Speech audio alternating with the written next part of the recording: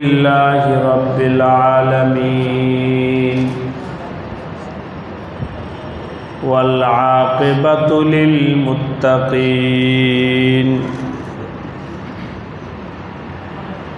والصلاة والسلام على سيد الأنبياء والمرسلين وعلى آله وأصحابه أجمعين أما بعد فأعوذ بالله من الشيطان الرجيم بسم الله الرحمن الرحيم فأما من طغى وآثر الحياة الدنيا فإن الجحيم هي المأوى وأما من خاف مقام ربه ونهى النفس عن الهوى فإن الجنة هي المأوى آمنت بالله صدق الله مولانا العظيم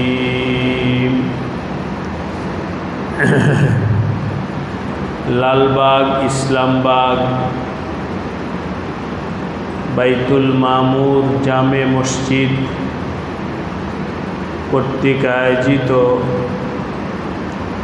মাসিক ইসলাহি মজলিসে উপস্থিত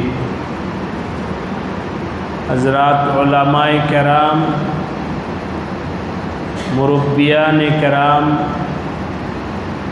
দীনী ভাইরা, আল্লাহ রব্বুল আলামিনের দরবারে অসংখ্য শুকরিয়া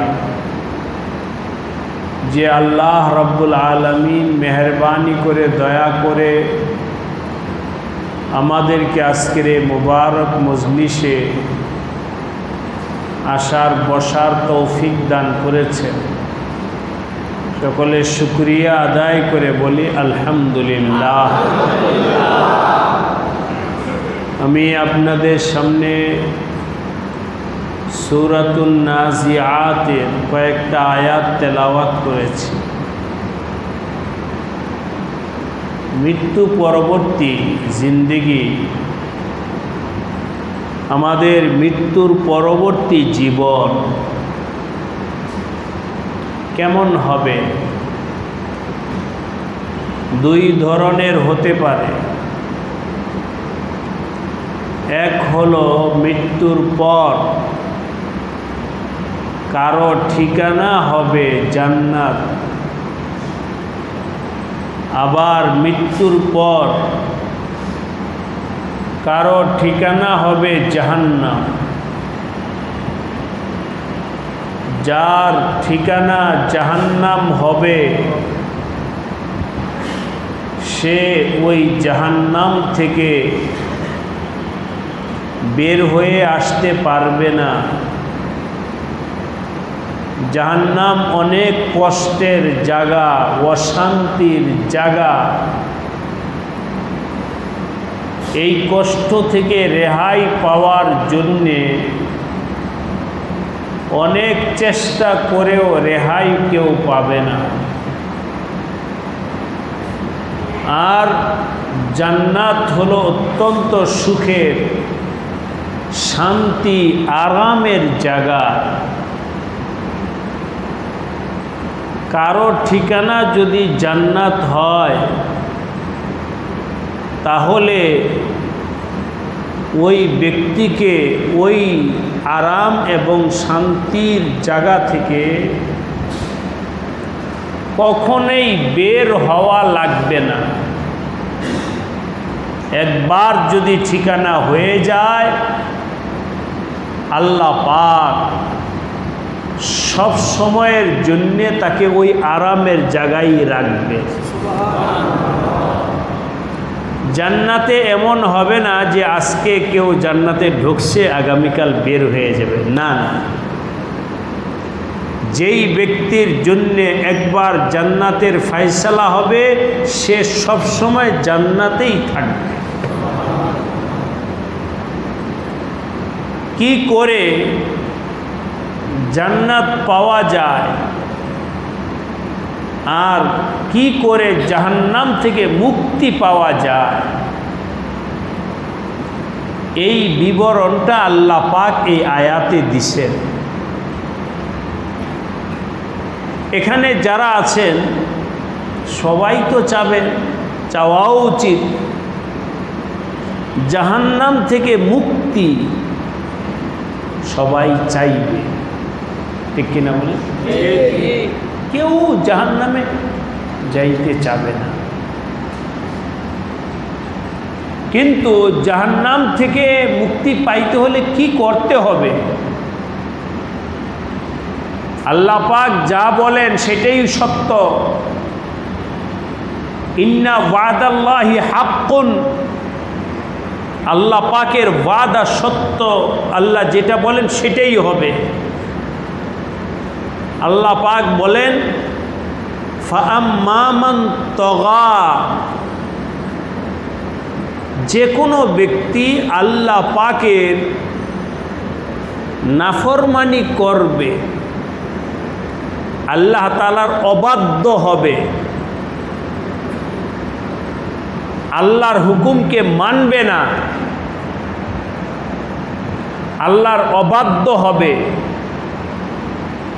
ফাআম্মা মান তাগা, দ্বিতীয় নাম্বার হলো ওয়া আসারাল হায়াতাদ দুনিয়া, দুনিয়ার জীবনকে প্রাধান্য দিবে, দুনিয়ার টাকা পয়সাকে আসল মাকসাদ বানাবে, দুনিয়ার ধন সম্পদ উপার্জনকে জীবনের আসল মাকসাদ বানাবে।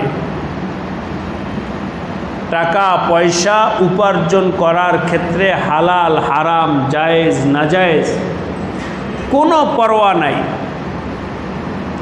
যে কোনোভাবে হোক টাকা হইলেই হলো, যে কোনোভাবে হোক বাড়ি গাড়ির মালিক হলেই হলো।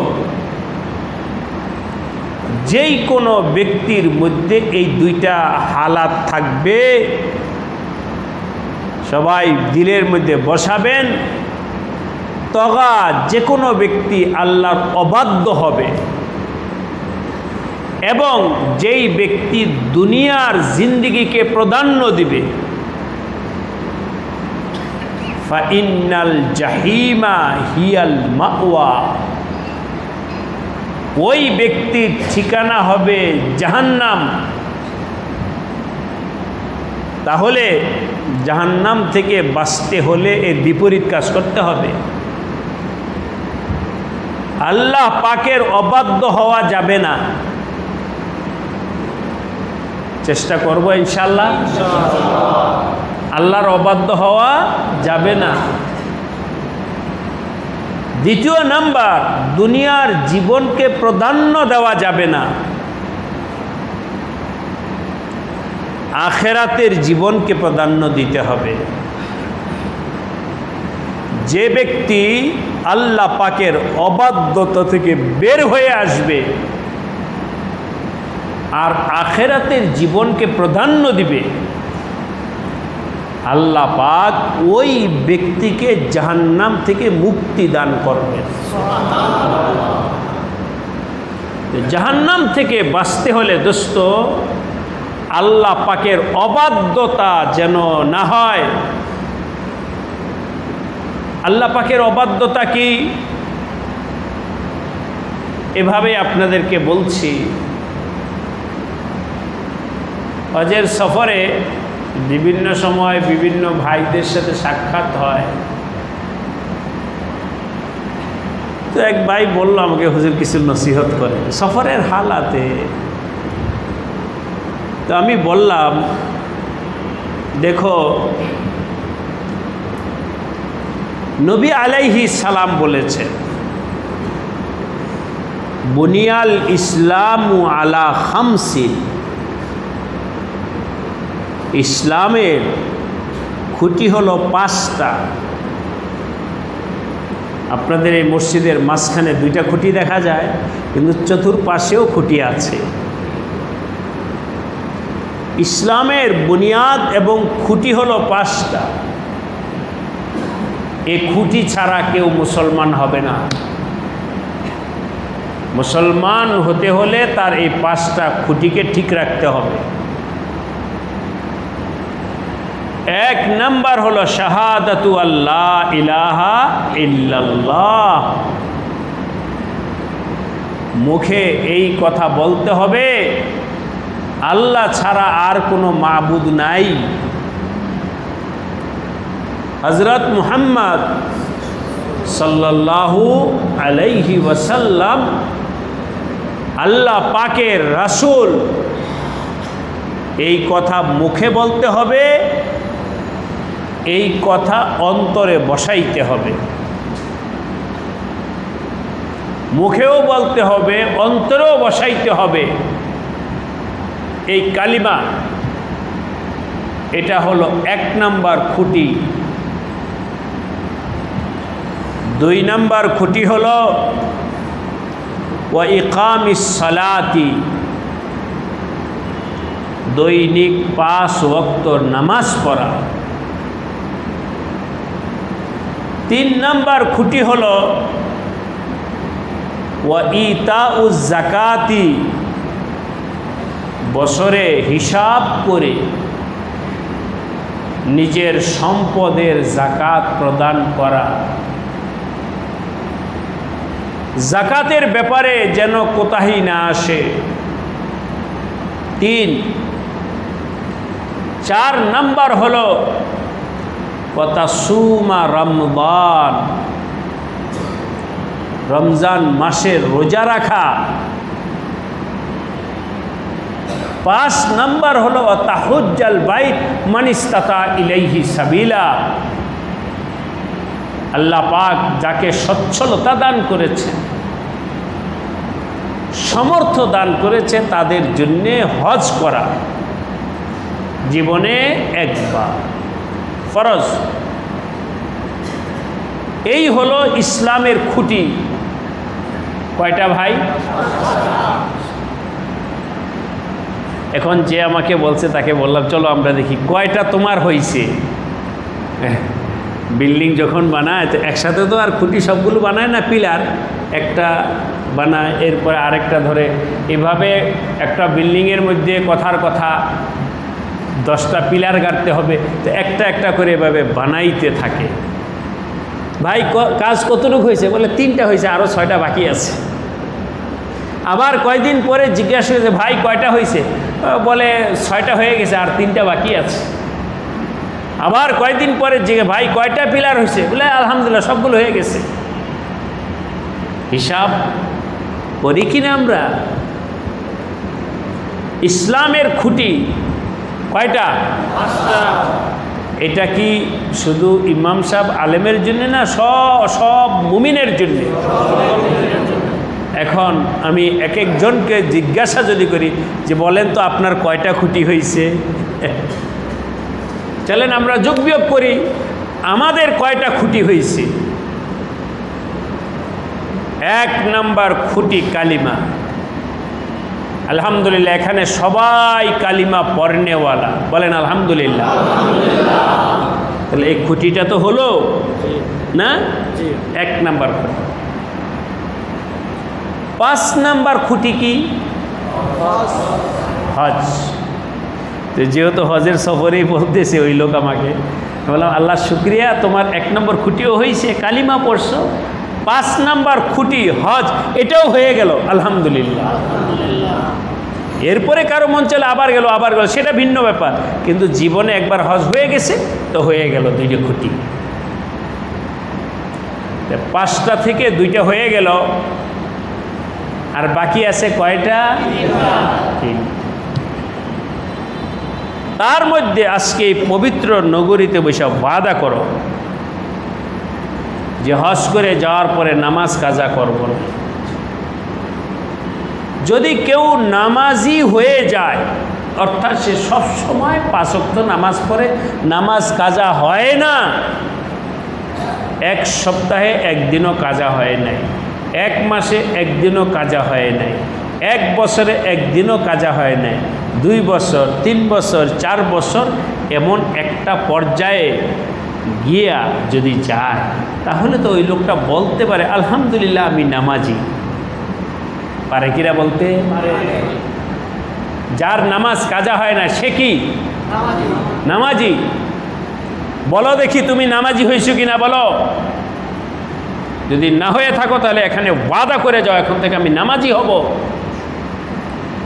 যদি কেউ নামাজি হয়ে যায় তাহলে বলেন তো তার কয়টা খুঁটি হলো?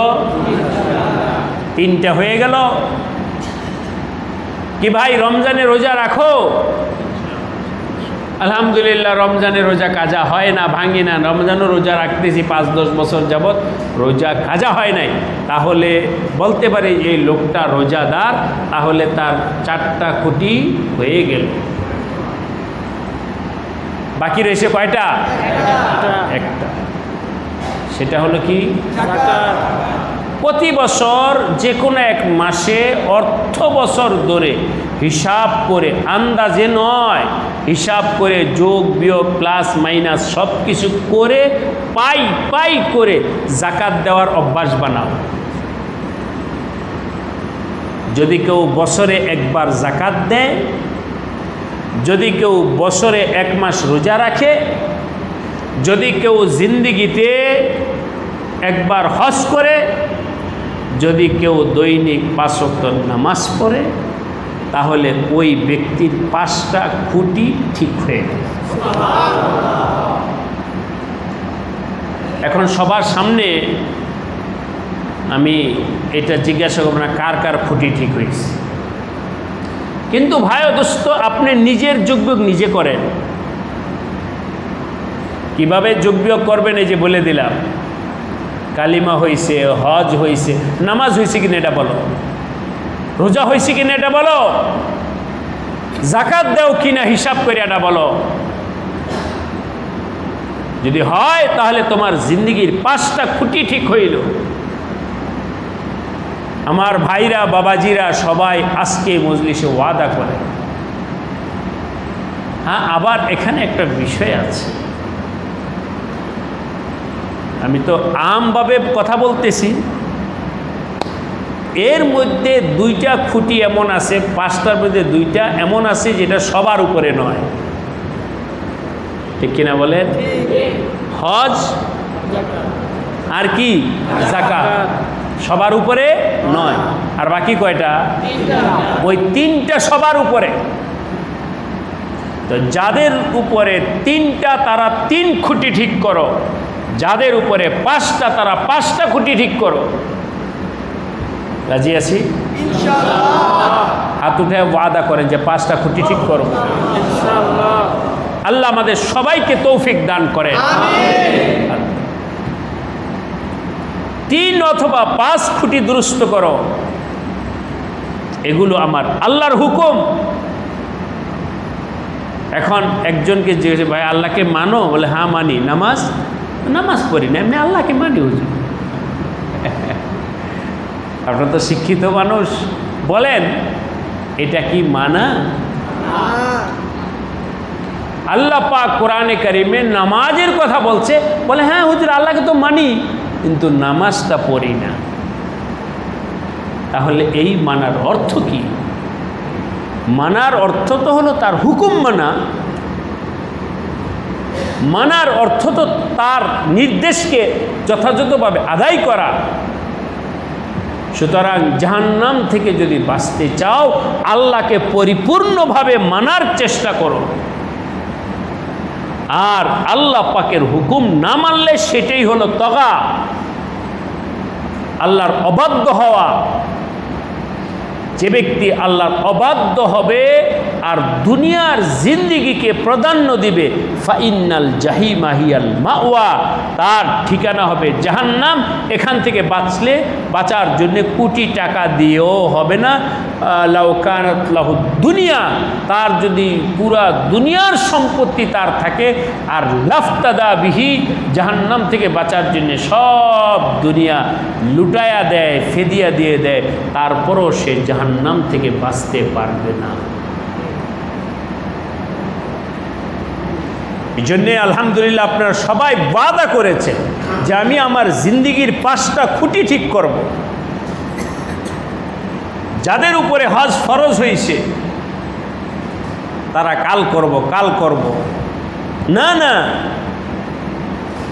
যথাসম্ভব আগামী বছর তুমি বাঁচবা না মরবা, কি নিরাপত্তা আছে, নিশ্চয়তা আছে।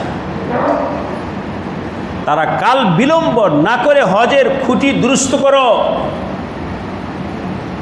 যাদেরকে আল্লাহ সম্পদ দিছেন তারা হিসাব করে যাকাত দাও। আল মালু গাদিন ওয়া রাহিন, টাকা পয়সা দোস্ত আজ আছে, সকাল আছে, বিকালে নাই। নবীজি বলেছেন আল মালু গাদিন ওয়া রাহিন, সকালে আসে বিকালে খতম হয়, বিকালে আসে সকালে খতম হয়ে যায়। সুতরাং সম্পদের লোভ মোহাব্বত পরিহার করে হিসাব করে যাকাত দাও। যাকাত শতকরা কয় টাকা দিতে হয়?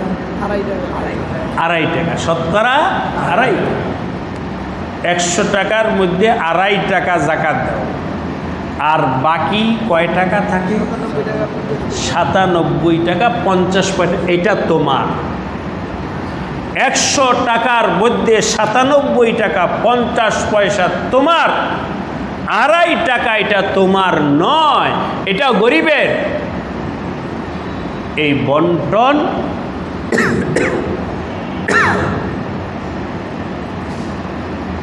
আল্লাহ করে দিয়েছে। এই বন্টনটা করে দিয়েছেন কে? আল্লাহ। তাহলে তুমি আরেকজনেরটা খাও কেন? গরিবের 2.5 টাকা কেন তুমি কুক্ষিগত করেছ? আমার আল্লাহ বলেছেন গরিবের হক গরিবকে দাও। আপনাদেরকে বোঝানোর জন্য বলছি, আলহামদুলিল্লাহ আপনারা তো অনেক, এখানেও যারা আছেন অনেকেই ব্যবসায়ী, প্রায় সবাই বলেন কোথায় 2.5 টাকা আর কোথায় 97.5 টাকা? আপনাকে বেশি দিছে না গরিবকে বেশি দিছে? তাহলে আলিয়াজুবিল্লাহ আল্লাহ কি জুলুম করছেন? কয় গুণ বেশি দিছেন? 40 গুণ আল্লাহ তোমাকে দিচ্ছে। 39 গুণ তোমার, আর 1 গুণ হলো ফকিরের। সেটাই আমরা দিতে পারি না। কিভাবে নাজাত পাওয়া যাবে দোস্ত? এই জন্যে সম্পদের লোভ পরিহার করে হজ যাকাত দুরুস্ত করো, আর নামাজ রোজা কালিমা দুরুস্ত করো। যে ব্যক্তি ইসলামের এই 5টা খুঁটি ঠিক রাখলো, আল্লাহ পাক ওই ব্যক্তির জন্য জান্নাত প্রস্তুত করে রাখছে। ও ব্যক্তি জাহান্নাম থেকে বাঁচবে। এই জন্য ভাইরা সবাই 5টা খুঁটি ঠিক করার চেষ্টা করে। আল্লাহ আমাদের সবাইকে তৌফিক দান করেন। এখন থেকেই আমরা যেটা ঠিক করতে পারি সেটা হলো নামাজ, নামাজ, নামাজ। এখানে যারা আছেন সবাই মুরব্বীরা আছেন, যুবক ভাইরা আছেন, সবাই সংকল্প করে ফেলেন যে আমি নামাজি হয়ে যাব, নামাজ কাজা করব না। কমপক্ষে একটা তো খুঁটি ঠিক হলো। আরে একটা করতে করতেই তো 5টা হবে, একসাথে তো 5টা হয় না। একটা ঠিক করো। আল্লাহ পাক এর নিজাম, আপনারা সবাই কথা বুঝতেছেন তো? আল্লাহ পাকের নিজাম হলো নেক আমল একটা আরেকটা টাইনা আনে। নেক আমল একটা আরেকটা টাইনা আনে। আমি একটা উদাহরণ দিচ্ছি আপনাদেরকে, ইনশাআল্লাহ সবার বুঝে আসে। নামাজ পর্বত সবাই ইনশাআল্লাহ। যে ব্যক্তি নামাজ পড়ে একটা আমল ঠিক করলো, এই নামাজের জন্য তার ওযু করা লাগবে কিনা? লাগবে। তাহলে নামাজ কাকে টাইনা আনলো? ওযুকে। নামাজের জন্য তার কাপড়টা পাক থাকতে হবে কিনা? কাপড় পাক, নামাজ টাইনা আনলো। নামাজের জন্য মসজিদে যাও, প্রত্যেক কদমে কদমে আল্লাহ পাক এক একটা করে গুনাহ মাফ করে দিবে। মসজিদে কারা যায়? নামাজি না বেনামাজি? নামাজি। নামাজ তোমাকে মসজিদের দিকে নিল। তা নামাজ এক আমল, এই একটা আমল আরো 10টা আমলকে টাইনা নিয়ে আসবে। এখন ওযু করে, এখন কাপড় ঠিক করে, এখন মসজিদে যায়, এভাবে বহুত আমল এই নামাজের সাথে দোস্ত সম্পর্কিত। যে ব্যক্তির নামাজ দুরুস্ত হয়ে গেল, ওই ব্যক্তি স্বাভাবিকভাবে 5 ওয়াক্ত নামাজ যে মসজিদে এসে পড়ে, রমজান মাস আসলে সে রোজাটাও ইনশাআল্লাহ রাখবে। নামাজ রোজাকে টাইনা আনবে, রোজা জাকাতকে টাইনা আনবে, জাকাত হজকে টাইনা আনবে। এক একটা করে দুরুস্ত করতে থাকো, আরেকটা আল্লাহ পাক নিয়ে আসবে। আর যদি কোনোটাই তুমি দুরুস্ত করতে না থাকো, সব বেকার। ওয়া আম্মা মান খাফা মাকামা রাব্বিহি, আর যে ব্যক্তি ভয় করবে আমাকে এক সময় আল্লাহর হিসাবের কাঠগড়ায় দাঁড়াইতে হবে। কার সামনে? আল্লাহ হবেন হাকেম, আল্লাহ বিচারক, আর আল্লাহর সামনে দাঁড়াইতে হবে। এই ভয়, ও আম্মা মান খাফা, যে ব্যক্তি এই ভয় করবে। যাই হোক, এ সম্পর্কে ইনশাআল্লাহ আল্লাহ পাক তৌফিক দিলে পরবর্তী মজলিসে আলোচনা হবে। ছোট বাচ্চা বাঘকে ভয় করে না, কারণ ও বাঘ কি চিনেই না, ভয় করবো কিসের? বড় যে আছে, যে বোঝে, বাঘের কথা শুনলেই দৌড়। কাল হাসরের দিন আল্লাহ পাকের বিচারের মঞ্চটা কেমন হবে? আল্লাহ, লম্বা হাদিস আছে এবং এই হাদিসটা বুখারী শরীফের কয়েক জায়গায় আসছে। হিসাবের ময়দানটা, আদালতটা কেমন হবে? আল্লাহ পাকের আদালত। আল্লাহ পাক বিচারের মঞ্চে উপবিষ্ট, সব মানুষ নীরব। হিসাব নিকাশ শুরু হচ্ছে না, এখন ফিসফিস করবে সবাই, শুরু হইতেছে না, শুরু হইতেছে। কতক্ষণ আর অপেক্ষা থাকবে? আল ইন্তেজার ও আসাদ্দু মিনাল মউত, আরবিতে একটা প্রবাদ বাক্য আছে, অপেক্ষায় থাকা মৃত্যুর থেকেও আরো বেশি কষ্টদায়ক। কিন্তু করবে কি? তো কেউ বলবে যে চলো আমরা যাই হযরত আদম আলাইহিস সালামের কাছে, তিনি তো আমাদের পিতা, তার কাছে যাই, গিয়া ওনাকে বলি যে একটু বলেন না আল্লাহকে হিসাব শুরু করতে। আদম আলাইহিস সালাতু ওয়াস সালামের কাছে মানুষ যাবে, গিয়া বলবে আপনি আমাদের পিতা, সর্বপ্রথম আল্লাহর বান্দা, আপনি রসুল, আপনি জান্নাতে ছিলেন, আরও যত ভালো ভালো গুণ আছে সব বলবে, সুতরাং আপনি একটু আল্লাহকে। হযরত আদম বলবে, আরে মিয়া, তোমরা তো আজকের হালাত জানো না, এই জন্য বলতেছো। আজকে আমি ঠিক আছি, প্রথম ব্যক্তি, নবী, রসুল সব ঠিক আছে, কিন্তু আল্লাহ পাক আজকে যে হালাতে আছেন, ওই হালাতে আমার খাওয়া নাই, আমি নিজেও ভীত। এটা বুঝাইলাম শুধু দেখেন হযরত আদম আলাইহিস সালাম পর্যন্ত আরও অন্যান্য নবীরা পর্যন্ত ভীত সন্ত্রস্ত হয়ে ওই দিন কোনো কথা বলবে না। ওয়াম্মা মান খাফা মাকামা রাব্বিহি, আল্লাহর সামনে হে আমার ভাই ও দোস্ত আমাদেরকে দাঁড়াইতে হবে। এই ভয় দিলের মধ্যে পয়দা করো। যাই হোক, এই অংশের আলোচনাটা আমরা ইনশাআল্লাহ আল্লাহ তৌফিক দিলে অন্য মজলিসে করব। আজকে প্রথম অংশটা আবার বলছি, জাহান্নাম ওই ব্যক্তিদের জন্য ঠিকানা হবে যারা আল্লাহর অবাধ্য হবে এবং দুনিয়াকে প্রাধান্য দেবে। তাদের ঠিকানা কি? কাদের ঠিকানা জাহান্নাম? যারা আল্লাহর অবাধ্য হবে এবং যারা দুনিয়াকে প্রাধান্য দেবে। যারা আল্লাহর অবাধ্য হবে, যারা দুনিয়াকে প্রাধান্য দিবে, তাদের ঠিকানা হবে জাহান্নাম। এই কথাটা কে বলেছেন? আল্লাহ। সূরা নাজিয়াত।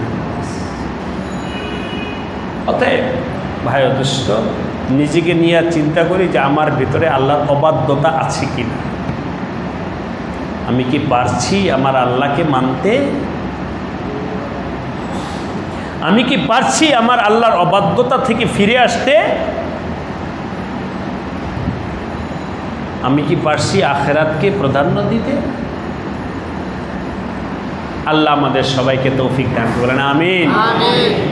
আল্লাহুম্মা লা তাজআলিদ দুনিয়া আকবার হাম্মিনা। নবীজি দোয়া শিখাইছেন, হে আল্লাহ দুনিয়া আমার কাছে বড় বানায়া দিও না। আল্লাহুম্মা লা তাজআলিদ দুনিয়া আকবার হাম্মিনা। দুনিয়াকে আমার কাছে বড় বানায়া দিও না। ওয়ালা মাবলাগা ইলমিনা, এবং দুনিয়াকেই আমার জ্ঞান বিজ্ঞানের চূড়ান্ত এলেম দিও না, আমাকে আখিরাতের কিছু এলেম দান করো।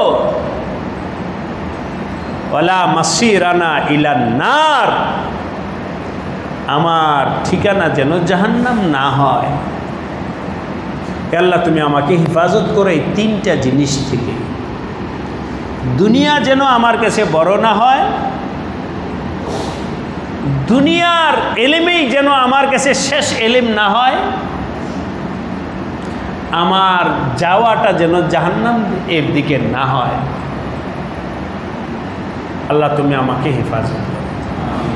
দোয়া শিখাইছেন নবীজি, দোয়াটা শিখা পড়ার চেষ্টা করবেন। পারবো?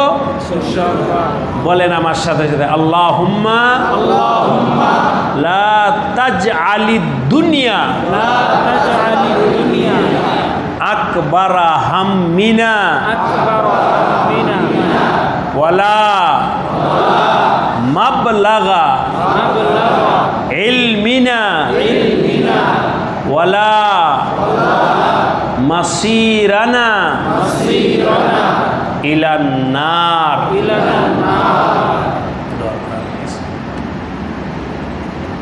দুনিয়া যেন আমার কাছে বড় না হয়, দুনিয়া যেন আমার কাছে বড় না।